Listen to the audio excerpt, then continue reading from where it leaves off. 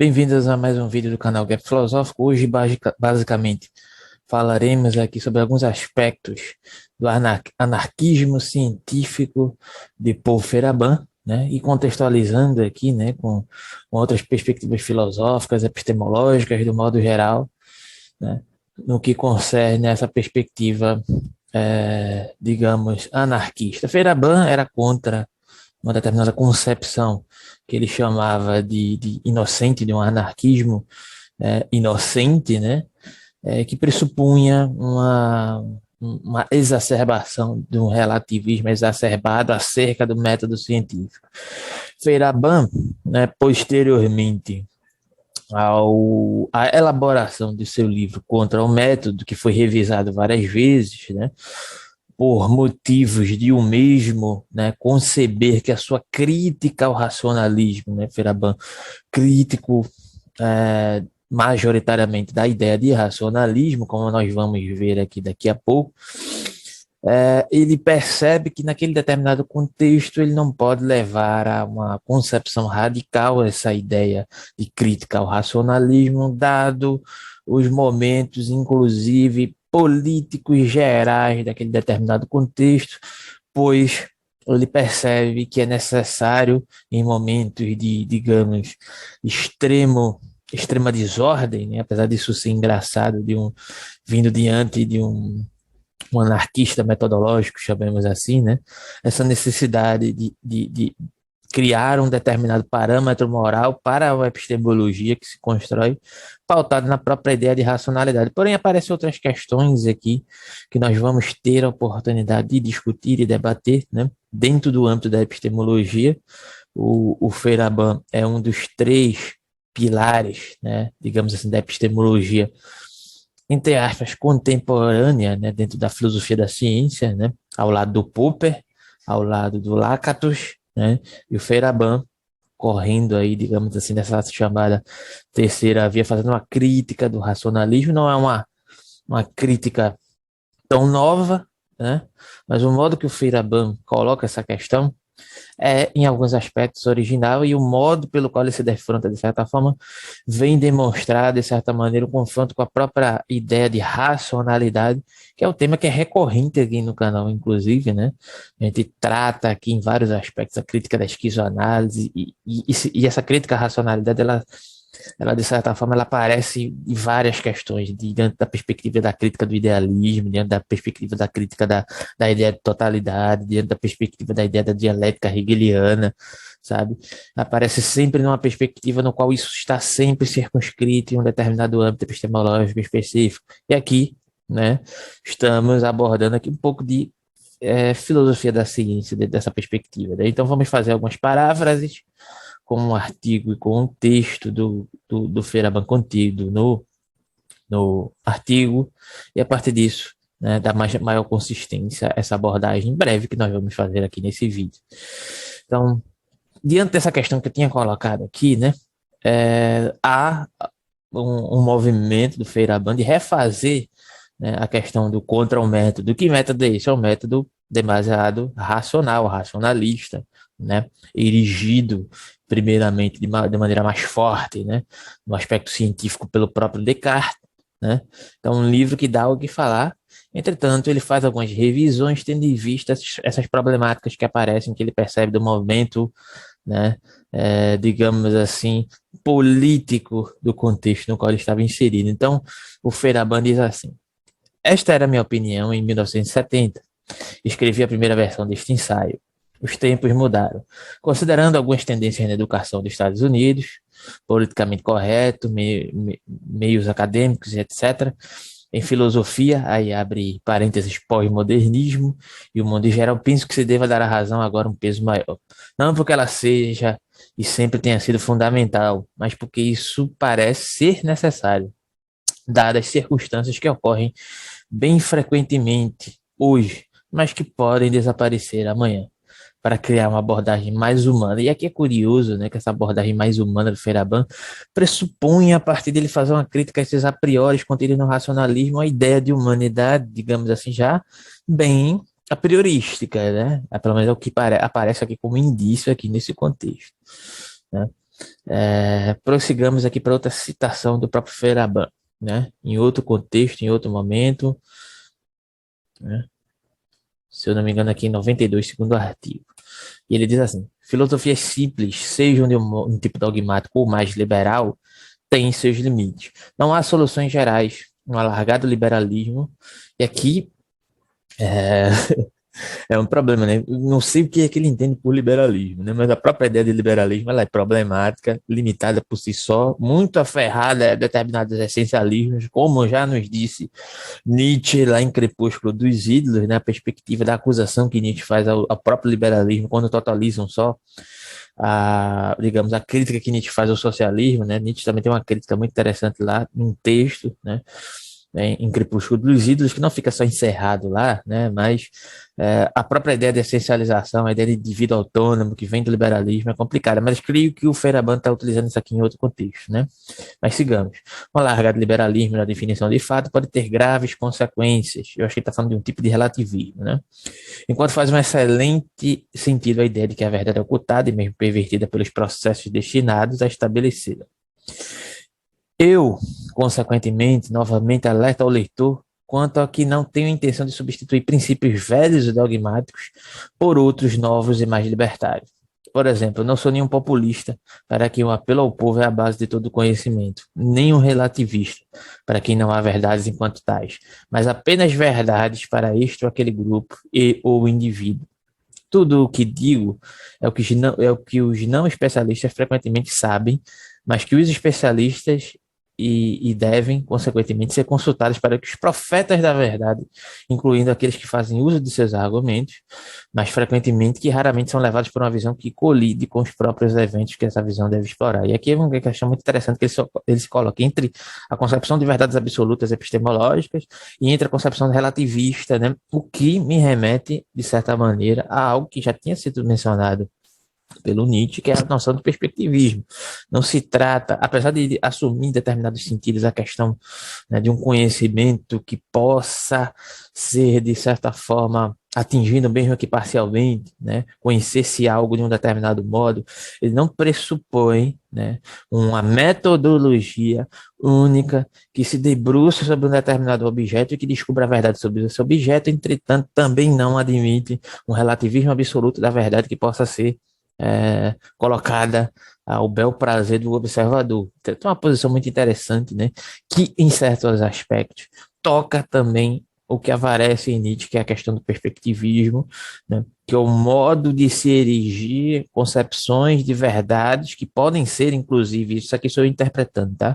Epistemológicas, né? A partir de uma dada perspectiva. E aqui, fazendo analogia com o Feyerabend, né? É basicamente isso que ele diz, que são verdades ou concepções epistemológicas que concernem aqui, ó, em cima, né? No texto, para isto aquele grupo indivíduo dentro de um contexto específico, inclusive a comunidade científica, acadêmica, seja lá qual você queira, né? Então, prosseguimos. Do que se trata o anarquismo epistemológico em Feyerabend, né? É, definição básica de anarquismo, né?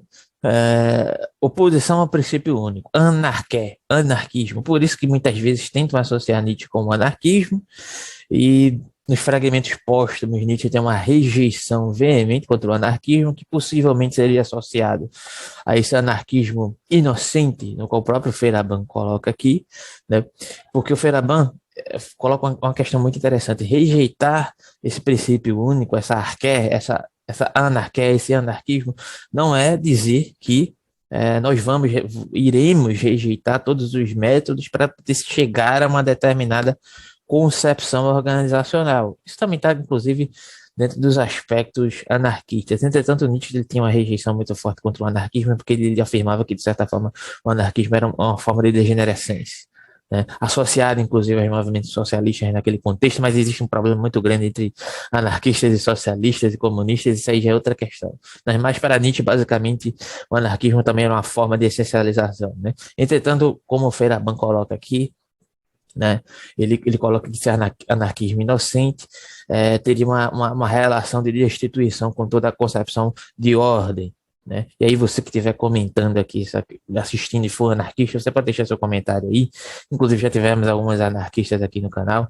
Pode fazer sua crítica, sua colocação e a gente discute isso aqui, né? Mas aqui é uma questão do Feyerabend, como ele entende, né? Imutável e ordem. É, é uma rejeição dessa concepção imutável de ordem absoluta e única, né? Que é uma oposição a toda e qualquer organização, né? Traduzindo isso para perspectiva metodológica, não significa, como já tinha dito, portanto, que seremos contra todo e qualquer procedimento metodológico, né? Uma coisa é a rejeição, né, digamos assim, dos aspectos da anarquia, de um princípio único, absoluto, né, sobre a realidade, seja ela política, científica, etc. Outra coisa é a perspectiva metodológica, né, do que propõe o Feyerabend, né. Vamos ainda aceitar uma contraposição, essa instituição única de um conjunto único, fixo e restrito de regras, né? É, Entretanto, vão existir determinadas concepções metodológicas que vão assumir determinadas perspectivas, né? Digamos, chamemos assim, né? De uso digamos assim, e de distinção, né, que vai demarcar o procedimento científico a partir dessa noção de anarquismo metodológico, né? Não significa ser contra o procedimento metodológico, mas significa ser contra a instituição desse conjunto único, fixo e imutável. E aí entendemos aqui a ideia de racionalidade, que por muitas vezes, apesar de muito crítica, né, ela mantém alguns pressupostos a priori, né, de maneira priorística, né? Então, o que é que o Feyerabend entende pelo anarquismo epistemológico? Ele diz que o anarquismo, esse tipo de anarquismo, difere tanto do ceticismo quanto do anarquismo político, e aqui coloca entre parênteses religioso, dogmático, né? Ao anarquista epistemológico não lhe é indiferente um ou outro enunciado e desejará talvez defender de certa forma a vida combatida pelo anarquista político religioso, mantendo ou alterando seus objetivos e estratégias na dependência do argumento, de uma experiência de conversão ou de outros fatores de ordem emocional ou de força persuasiva. O anarquista epistemológico, isso aqui é um fundamento interessante, né? Não se recusará a examinar qualquer concepção, admitindo que por trás do mundo como tal, como descrito pela ciência, possa ocultar-se uma realidade mais profunda, ou que as percepções possam ser dispostas de diferentes maneiras, em que a escolha de uma particular disposição correspondente à realidade não será mais racional ou objetiva que outra. Isso aqui é muito interessante porque, de certa forma, o Feyerabend coloca em evidência, mais uma vez, a perspectiva de crítica à racionalidade que se presume estar calcada em concepções específicas, metodológicas, epistemológicas, né, tais, né? Por exemplo, uma coisa que é muito interessante, a gente já trouxe algumas vezes aqui no canal, né? É uma coisa que surgiu há pouco tempo, né? Pouco tempo assim, eu digo entre aspas, né? Como evidência, né? Evidência é interessante, né? Porque é justamente a palavra que eu vou utilizar para falar sobre isso. É a psicologia baseada em evidências. Psicologia baseada em evidências, ela está pautada numa perspectiva utilitária, né, de que, basicamente, se aquilo é bom para, digamos assim, para um conjunto maior de pessoas, né, isso, de certa forma, é considerado utilitário, considerado dentro da perspectiva utilitária, logo, essa perspectiva utilitária vai pautar a minha relação de uma pretensa ideia de racionalidade associada a essa noção utilitária e é baseada numa noção específica do que são evidências, né, baseada nessa perspectiva utilitária. E o que é que eu quero dizer com isso? Existe uma ideia específica do que é racional associado ao que é útil dentro da concepção da escola utilitarista, né, que define o que são evidências e o que se pretende, de certa maneira, descartar do âmbito da evidência, né? Isso aqui não é uma evidência, isso aqui não pode ser considerado evidência, logo não é científico, né? Ela se pretende ser uma metapsicologia baseada numa perspectiva racionalista, que está calcada numa perspectiva utilitária que já, de certa forma, se debruça sobre uma única perspectiva do que é ser racional, né? Ou seja, por trás disso aqui existe justamente o que foi elaborado aqui, né, inicialmente. É, a instituição de um único conjunto fixo, restrito de regras que se pretende universalmente válido. Tá?